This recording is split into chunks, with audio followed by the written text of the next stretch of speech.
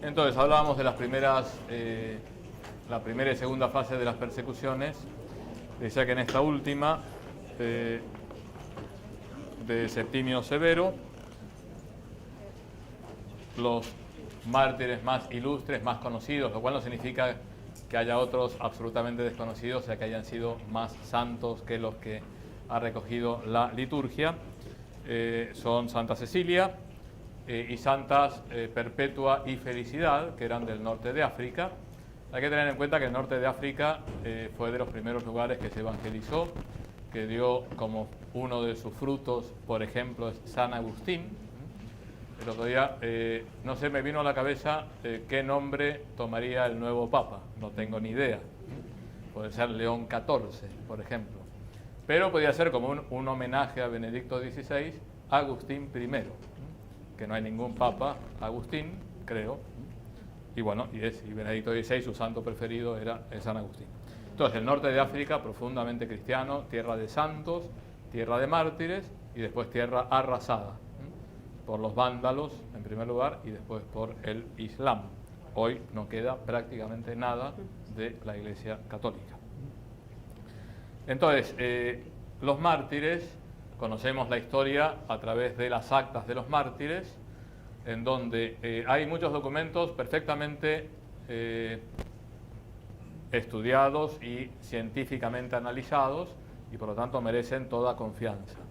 Y también hay algunas leyendas en torno a los mártires, leyendas piadosas, que tendrán algún elemento de verdad, pero no podemos decir que estén al mismo nivel, por ejemplo, de las actas de un proceso, donde el tribunal romano tomaba nota de las preguntas, de las respuestas, etc. O lo que escribieron los testigos oculares de los hechos. Con lo cual, no toda la literatura sobre mártires uno puede poner las dos manos sobre el fuego, pero hay mucha documentación totalmente veraz, científica y certera. Y entre ellas, todo lo que se refiere a Perpetua, que vivía en el norte de África, muy cerca de Cartago. Cartago era la metrópoli del norte de África. Era de clase noble. Bueno, había recibido formación cristiana y realmente es impresionante la fortaleza de esta mujer. Era una mujer casada que acababa de dar a luz a un hijo. Entonces la meten en la cárcel junto con otras personas. Yo voy a leer algunas cosas que dice el acta de la mártir Perpetua. Es joven y bella. Su nobleza natural inspira respeto incluso antes que admiración. Hasta en la arena su mirada obliga a los espectadores a bajar los ojos por la belleza que tenía esta mujer y también por pudor. Dice, he sido siempre alegre, seré aún más alegre en la otra vida. Entonces, es catecúmena, es decir, se estaba preparando para recibir el bautismo cuando la toman prisionera y después se bautiza. Entonces, toda la familia se opone a eso. Bueno, si es catecúmena, ya la persiguen, siendo bautizada, la van a condenar a muerte. Es el típico caso donde ser cristiano no es fácil. Aquí tiene la oposición de la familia. Y no es que la familia fueran unos degenerados, era gente buenísima que querían a Perpetua y no querían que la mataran. Bien, entonces se rebelan contra la resolución del bautismo su madre, su hermana, sobre todo su padre, que era un pagano que no quería saber nada con el cristianismo, y también, pesa en contra del ánimo de Perpetua la criatura que acaba de dar a luz, que todavía no puede decir nada, pero que está diciendo a gritos, necesito una madre para sobrevivir. Entonces el encarcelamiento es bastante duro, va notando cosas Perpetua que después pudo transmitir a otros primeros cristianos. Anota en su diario el primer día, que es un día doloroso, la repugnancia del lugar, la promiscuidad de la cárcel, una mujer delicada, una mujer buena. Entonces su primer pensamiento en la cárcel es para su hijo que no está en la cárcel, lo tienen los abuelos. Y en cuanto puede recibirlo y conservarlo con ella, se colma de alegría. El amor maternal es el punto vulnerable de ese corazón heroico por el poder de la gracia. Entonces, por el hijo es que la familia va a atacar, y en particular su papá, que le dice: mira a tu hijo, que no podrá sobrevivir, le objeta a su padre. O sea, no le está diciendo: mira, salvate porque después podemos hacer cosas divertidas, podemos irnos de vacaciones a Egipto. No, no, dice: mira a tu hijo que te está esperando. Y después, ya frente al tribunal, vuelve a presentarse su padre. Dice: mi padre vino con mi hijo, me tomó aparte y con tono de súplica me dijo: ten piedad de tu hijo. El magistrado, visiblemente emocionado, se siente paternal y le exhorta: salva a tu hijo. Y la madre se mantiene inflexible. Entonces, hay un continuo forcejeo entre su padre y la hija, que con solo decir: me arrepiento de haberme hecho cristiana, la dejaban en libertad. Era una familia además conocida. Entonces, bueno, va dialogando el padre con Perpetua y le dice a Perpetua: padre, ya en la celda, ¿ves ese jarrón o ese cántaro o cualquier otro objeto? Lo veo, dijo mi padre. ¿Se le puede dar otro nombre que el que tiene?, le dije. No, me respondió. Pues bien, yo no puedo darme otro nombre más que mi verdadero nombre. Soy cristiana. Y el padre sigue insistiendo y dice: ten piedad, hija mía, de mis blancos cabellos. Bueno, son cosas, humanamente hablando, muy lógicas, son bastante razonables las cosas que le dice el padre. Ten piedad de tu padre, si es que todavía soy digno de que me llames padre. Si te he criado con mis manos hasta la flor de la edad, si te he preferido a tus hermanos, no me entregues a la burla de los hombres. Piensa en tus hermanos, piensa en tu madre y en tu hermana, piensa en tu hijo que no podrá vivir sin ti. Revoca tu decisión, no arruines a toda la familia. Ninguno de nosotros podrá volver a hablar como hombre libre si llegas a ser condenada. La joven sintió un escalofrío, no es que le daba igual, y sin embargo permaneció fiel. El padre se marchó desesperado. Y bueno, se cuenta después el martirio que sufrió Perpetua, junto con Felicidad, que era casi una esclava, y como Perpetua la ayuda a Felicidad con los dolores y con las humillaciones tremendas que tiene que sufrir de parte de los romanos. Bien, entonces, lucha trágica, descuartizada entre dos amores, dos universos, hacia los que su corazón se sentía impulsado, obligada a resistir entre su padre para permanecer fiel a la llamada del Padre que está en los cielos.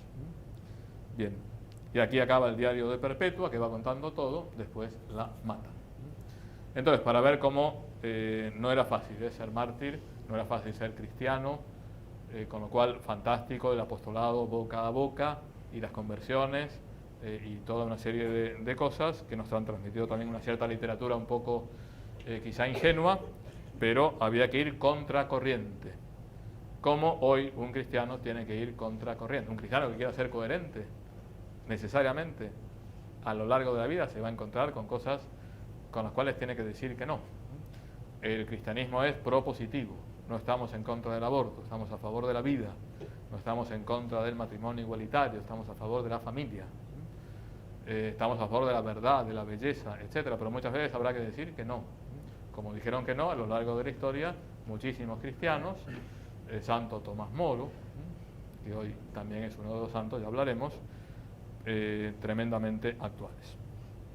Bien, entonces, tanto las primeras como las segundas persecuciones eran más bien locales, no era generalizado en todo el imperio. En la tercera fase son las grandes persecuciones contra el cristianismo.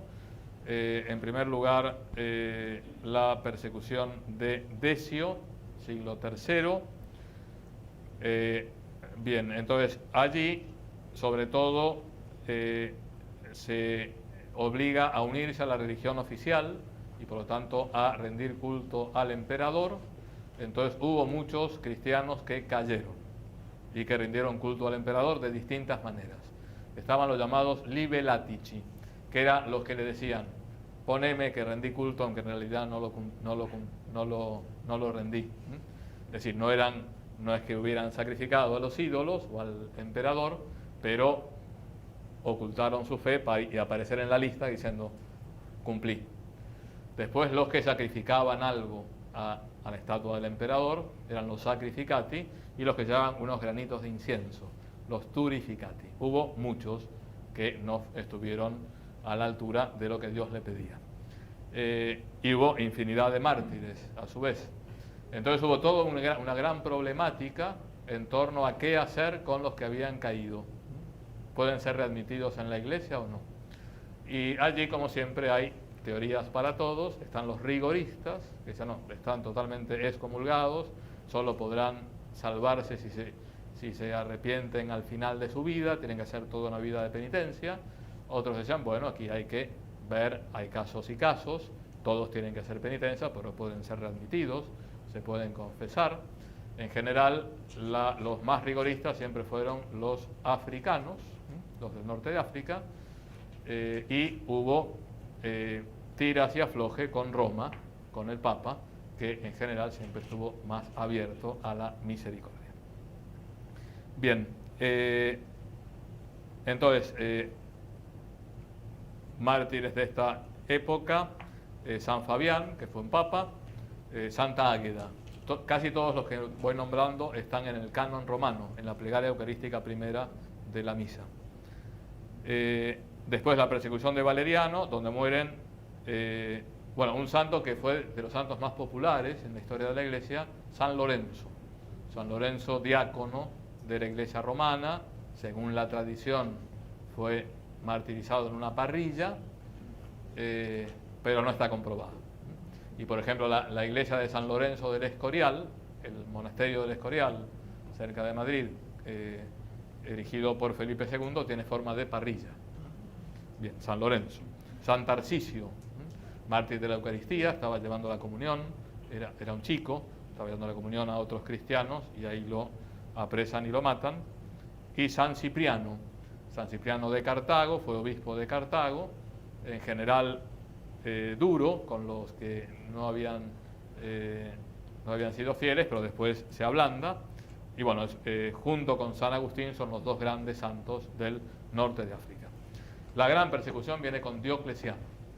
Diocleciano, sobre todo en los años 303-304, donde hay una purga en el ejército. Ya estamos en siglo IV, millones de cristianos, muchos soldados en el ejército. Dice que hay que descubrir a los cristianos y sacarlos del ejército, encarcela a prácticamente toda la jerarquía, destruye las iglesias, quema los libros, o sea, es tremenda. Entonces, acá son 4 mártires muy conocidos. Porque después uno va por los pueblos de Italia y es San Quintiliano. ¿Y de quién era San Quintiliano? Era un soldado romano, etc., ¿no? Los que nombro me parece que son más conocidos. Santa Inés, San Vicente mártir, San Sebastián, que era un soldado que fue martirizado con flechas, el santo, hay muchas imágenes, ¿no?, de San Sebastián con flechas, y Santa Lucía, patrona de los oculistas y de los ojos, etc. Bien, entonces, sangre de mártires, semilla de cristianos, aunque hubo muchos que no estuvieron a la altura de las circunstancias, se exigía en ese momento heroicidad. Pero yo diría, siempre se exige heroicidad a un cristiano. Por eso, Trigo y Cisania, lo que decía el Papa en la Porta Fidei, entrecruzarse de la santidad y el pecado. En el año 311 está el edicto de tolerancia que da el César Galerio. 2 años después, este año se cumplen 1700 años, el edicto de libertad religiosa de Constantino. 1700, sí, 1700. Entonces, no es que la religión católica sea la oficial del imperio, sino que se da libertad religiosa. El primer edicto es de tolerancia, y dice que vivan los cristianos, que nadie le haga daño a los cristianos. Después dice libertad religiosa, que cada uno tenga la libertad que considere que es la mejor. Y después pasarán los años, en el año 380 es la unidad católica, la única religión del imperio es la religión católica. Esto es el emperador Teodosio. Y se pasa a perseguir a los paganos, cosa que está muy mal. Bueno, entonces, empieza la época constantiniana. Constantino, que se supone, esto lo cuenta la tradición, tenía una batalla contra Magencio. Toda esta historia del Imperio Romano son batallas de un emperador contra otro. Diocleciano lo que hizo fue dividir el imperio de Oriente, imperio de Occidente. Constantino funda la capital del imperio de Oriente, llamada Constantinopla, en honor a sí mismo. Bueno, tiene una batalla contra Magencio, que era por la lucha por el imperio, en las afueras de Roma. Entonces parece que tuvo una visión de la cruz y que dice: con este signo vencerás, o un sueño, o lo que sea. Uno lo puede creer o puede no creerlo. Yo, siendo sacerdote e historiador, soy muy escéptico de la inmensa mayoría de las cosas. Lo de la tumba de San Pedro me lo creo, pero después, si hay 3 columnas de la flagelación, y alguna tiene que ser falsa, a lo mejor las 3 son falsas, o a lo mejor una es verdadera, pero no puede haber 3 que sean la misma cosa. O la pluma de San Miguel, o el cráneo de San Juan Bautista cuando era chiquito, que es ridículo. Hay cosas absolutamente ridículas que hay que eliminarlas. Y después creer lo que hay que creer, y después cada uno con toda libertad. Yo no sé si Santiago está en Santiago de Compostela. Nunca he ido a Santiago de Compostela, me encantaría ir, pero iría a rezar allí, porque ha habido generaciones y generaciones de gente que ha rezado ahí. Es un lugar santo. Y en el fondo a mí me da igual si está Santiago ahí o no está. No sé si me entiendo. Bueno, entonces, por este signo vencerás. Y entonces, bueno, se abre al cristianismo, aunque se convierte cuando está a punto de morir. Se bautiza cuando está a punto de morir. Su madre es Santa Elena, una gran santa, que es la que descubre la cruz verdadera en Tierra Santa. Constantino manda edificar grandes basílicas, en concreto San Juan de Letrán y San Pedro. Los siguientes harán Santa María la Mayor, San Pablo Extramuros, son los 4 grandes basílicas mayores, pero también la Basílica del Santo Sepulcro, y una basílica en el Huerto de los Olivos. Y todo lo de Tierra Santa empieza a tomar forma gracias a Constantino y a su madre, Santa Elena. Entonces, termina toda una época de persecución, de ir contracorriente, comienza una nueva, en donde prácticamente todo el mundo es cristiano, está de moda ser cristiano, y se puede notar en una época de grandes santos. Ya no hay casi mártires. Después hay un rebrote de una persecución mínima de Juliano el Apóstata, que lo que quería era renovar la religión pagana, y al final dicen que sus últimas palabras, también algo legendario, fueron: venciste Galileo. No Galileo del que hablaremos dentro de 2 meses, sino Galileo Jesús, Jesús el Galileo. Le llamaba a los cristianos los Galileos, despreciativamente. Venciste Galileo. Pero bueno, fuera de esa anécdota, se acabaron las persecuciones. Entonces bajó un poquito el nivel de vida cristiana general, porque era lo que quedaba bien ser cristiano. Hoy en día, como no queda bien ser cristiano en serio, porque cristiano así al agua de rosas, muy bien, da igual, ¿no? Bueno, hay que volver a ver los primeros cristianos, no los cristianos del siglo IV, que estaban demasiado cómodos. Entonces, por un lado, la protección del imperio fue beneficiosa para que se acabaran las persecuciones, pero fue una protección asfixiante. Constantino se declaró obispo exterior. Está el obispo interior de la Iglesia, que es el Papa, y yo que soy el obispo exterior. Entonces, él es el que convoca los concilios, que a veces está allí en el concilio, que define, prácticamente dice, bueno, este dogma y no este otro, y se mete en todo tipo de cosas, y eso no es bueno. Por eso la época constantiniana, o la Iglesia constantiniana, tiene sus luces y sus sombras. El apoyo del Estado puede ser en algunas ocasiones bueno, pero la mayoría de las veces asfixia y termina esclavizando.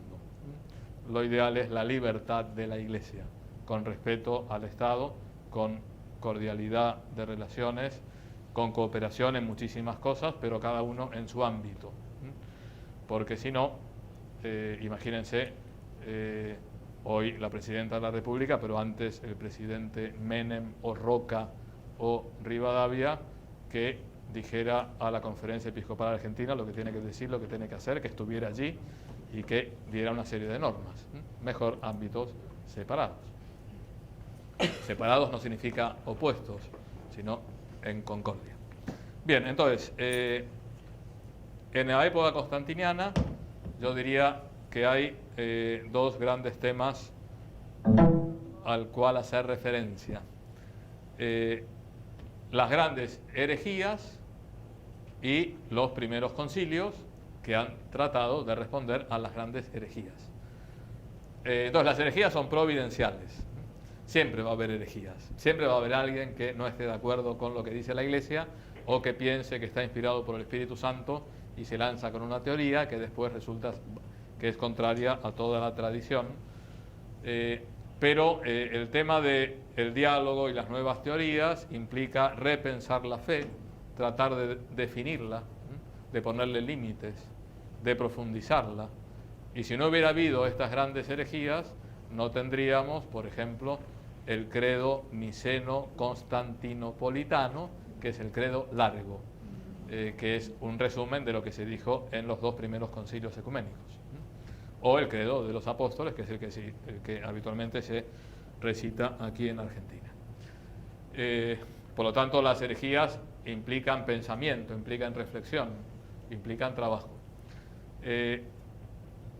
A su vez, todos estos movimientos heréticos eran movimientos también políticos, porque religión y política estaban totalmente identificados. Los emperadores lo que querían era la unidad del imperio y por lo tanto estaban muy interesados en que hubiera una única fe. Y los representantes de la Iglesia Católica y de los arrianos o de los nestorianos no era simplemente una discusión en un aula académica. Iban con ejércitos de gente y había batallas y hubo muertos y asesinatos y mártires, mataron a algún papa, o sea que era una batalla campal. Eso implicaba también poder político, poder económico, de tal manera que estaba todo muy mezclado. No es lo que hoy podría decir el cisma de Lefebvre, bueno, nadie se va a matar por el tema y bueno, se puede dialogar. Esto es una cosa bastante distinta. Entonces, las primeras grandes herejías, podríamos llamarlas el gnosticismo, es decir, bueno, no, en realidad la religión cristiana es una versión popular de una sabiduría para la gente pura, la gente inteligente, que tiene mucho más que ver con el neoplatonismo que con el cristianismo. Entonces, Jesucristo es un espíritu, un eón, que sale de Dios, pero no es Dios, y que ha transmitido la verdadera doctrina a la gente de un cierto nivel. Entonces hay dos tipos de cristianismo, etcétera, bueno, cosas totalmente heréticas. Ya San Juan en sus epístolas habla de los gnósticos. El principal develador o contrario a los gnósticos es San Ireneo de León, estamos en el siglo II, en un libro que se llama Adversus Hereses, contra los herejes. Y los herejes eran fundamentalmente los gnósticos. El tema es que si Jesucristo no es Dios, no ha habido redención. Si Jesucristo no es verdadero Dios y verdadero hombre, murió pero no nos redimió y estamos muy mal. Y se desvirtúa totalmente el cristianismo.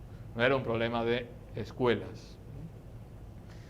Bien, entonces después el maniqueísmo. El maniqueísmo hay dos principios, el bien y el mal, el espíritu y la materia. Dios es el espíritu, la materia es el mal. Eso no es cristiano. Hay un materialismo cristiano, la materia es muy buena. Jesucristo tomó carne. Jesucristo es un ser material, junto con espiritual. Los sacramentos tienen una base. ¿Cuál es la materia de los sacramentos? Sin materia no puede haber sacramentos. El matrimonio es un sacramento y es algo también muy material. Con lo cual el maniqueísmo no tiene nada que ver con el cristianismo. Y habla entonces Jesucristo no pudo tomar carne, no se hizo verdaderamente hombre. Bueno, las herejías más importantes, en primer lugar, son las herejías